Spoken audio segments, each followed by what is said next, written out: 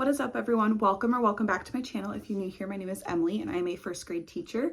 Today's video, I wanted to just kind of sit down and chat with you guys and talk about the things I will be changing in my classroom for next year. And I know summer just started, but of course I'm already thinking about everything that I'd like to change next year.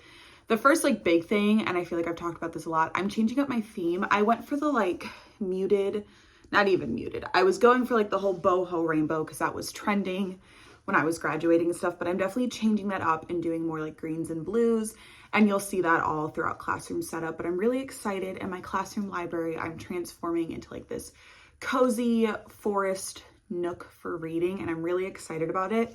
The second grade teacher who is leaving this year is leaving me with a ton of cute stuff to kind of help with that theme, and I'll show you throughout as I start gathering things what that's going to look like. But I'm super excited about that.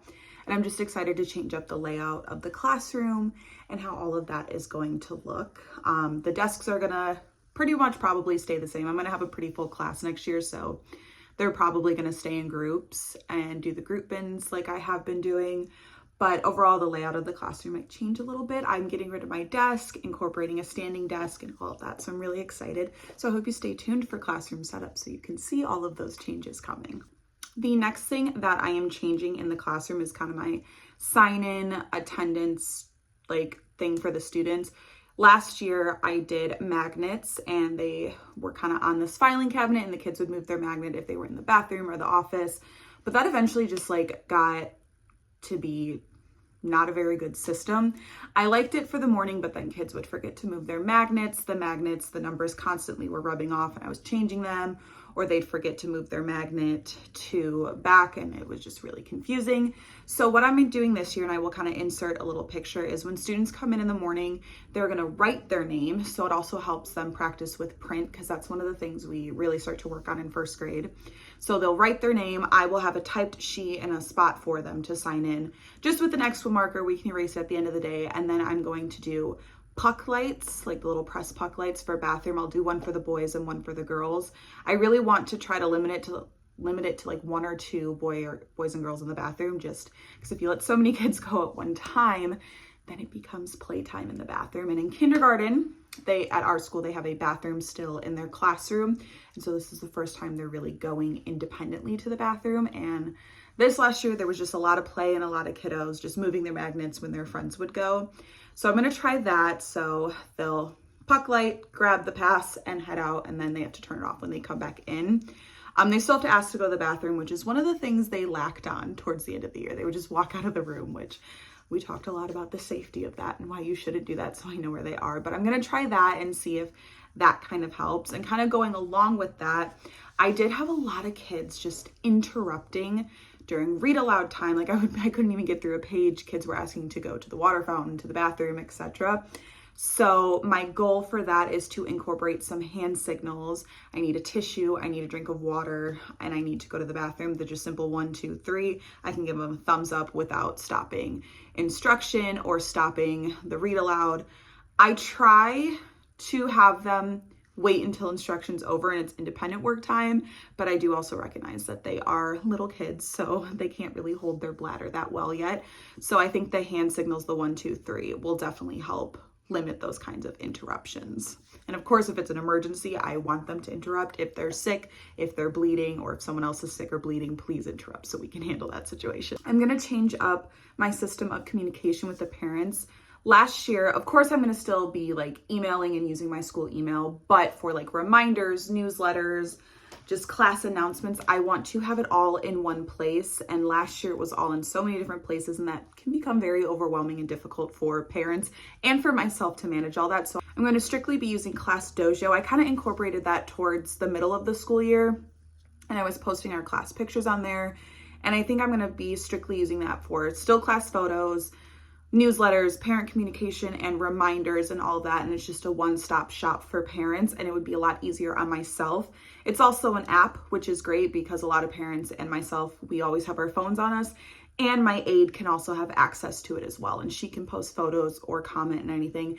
And I think it's a great way too to kind of come together as a class community. Parents can like the pictures, comment, and they can message me, which sometimes is a little bit easier than email because throughout the day I'm not always by my computer, but I do have my phone with me in case of emergency. So I think that would be a little bit easier communication wise for me and the families. I also used Class Dojo this last year for Dojo points, and I'm debating on still doing that. I want to kind of change up my reward system, and I haven't totally thought this one through. So if you have any like suggestions or anything, let me know down below, but I definitely want to change it up so kids are kind of working more intrinsically versus being motivated by candy or a prize box or Dojo points. So I'm still working on that, and I think I still want to use Dojo points for like procedures because it was a really great way to get kids to kind of keep their desks and their lockers neat, to be quiet in the hallways and have like a clean workspace. But I don't know what I want to do. I think I want our class reward system to be more of a class thing. We're working together and working as a team.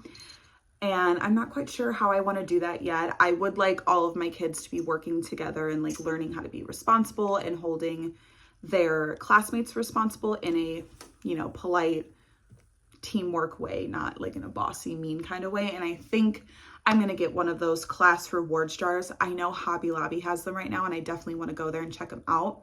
But I think I might do that. And then it's kind of, you know, we're working towards something together, me as a teacher and them as the student. And like cosmetically, I know I showed you guys the book bins in my top 10 things, like teacher must-haves or classroom must-haves.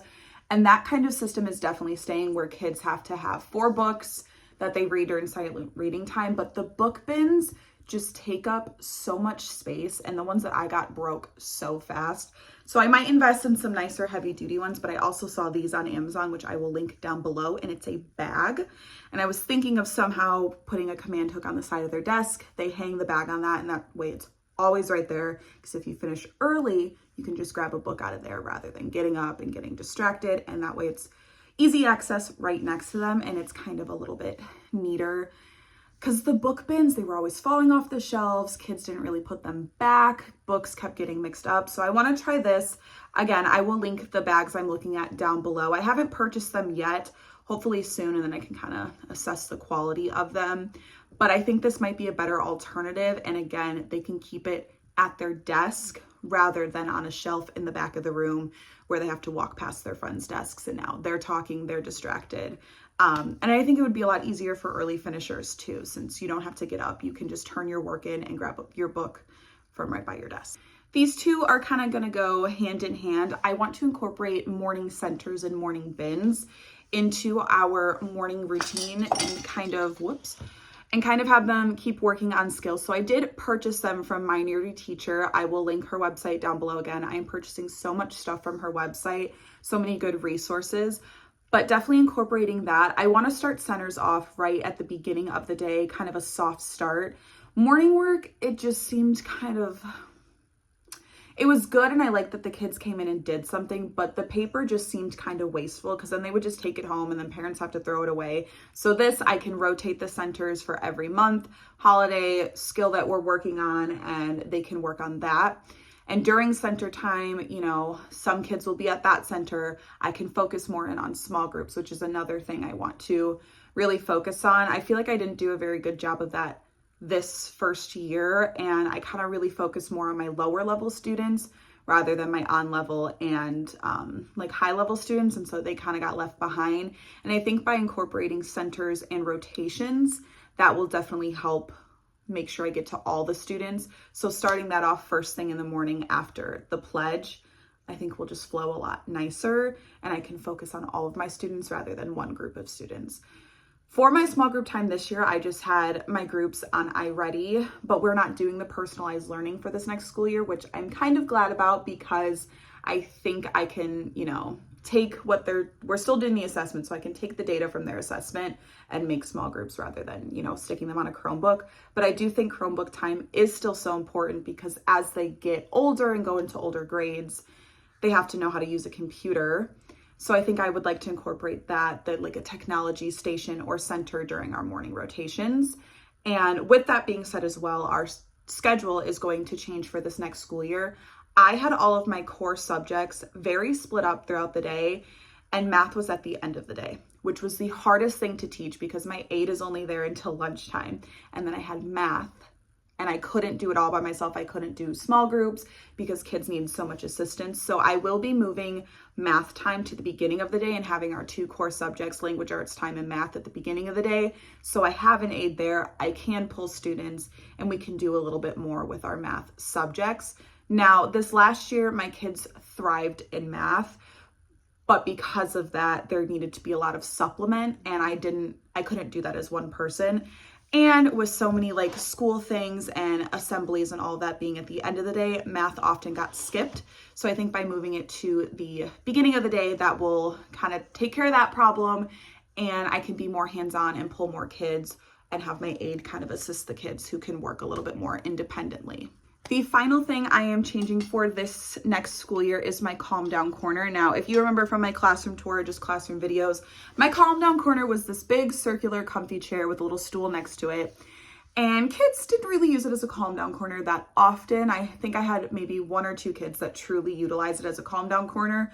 Other than that, kids just like to sit in it or read in it. So I'm going to keep the chair, but I'm going to move it to my library so it becomes a comfy reading spot, and make the calm down corner a desk with just a regular chair. And that way I can tape breathing kind of exercises to it, the zones of regulation. I can tape all that to the desk so they can utilize that better.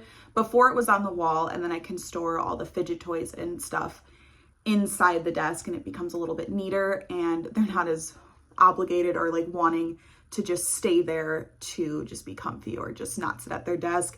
It's actually being utilized as a calm down space, and they can look at all of those different techniques to help them calm down.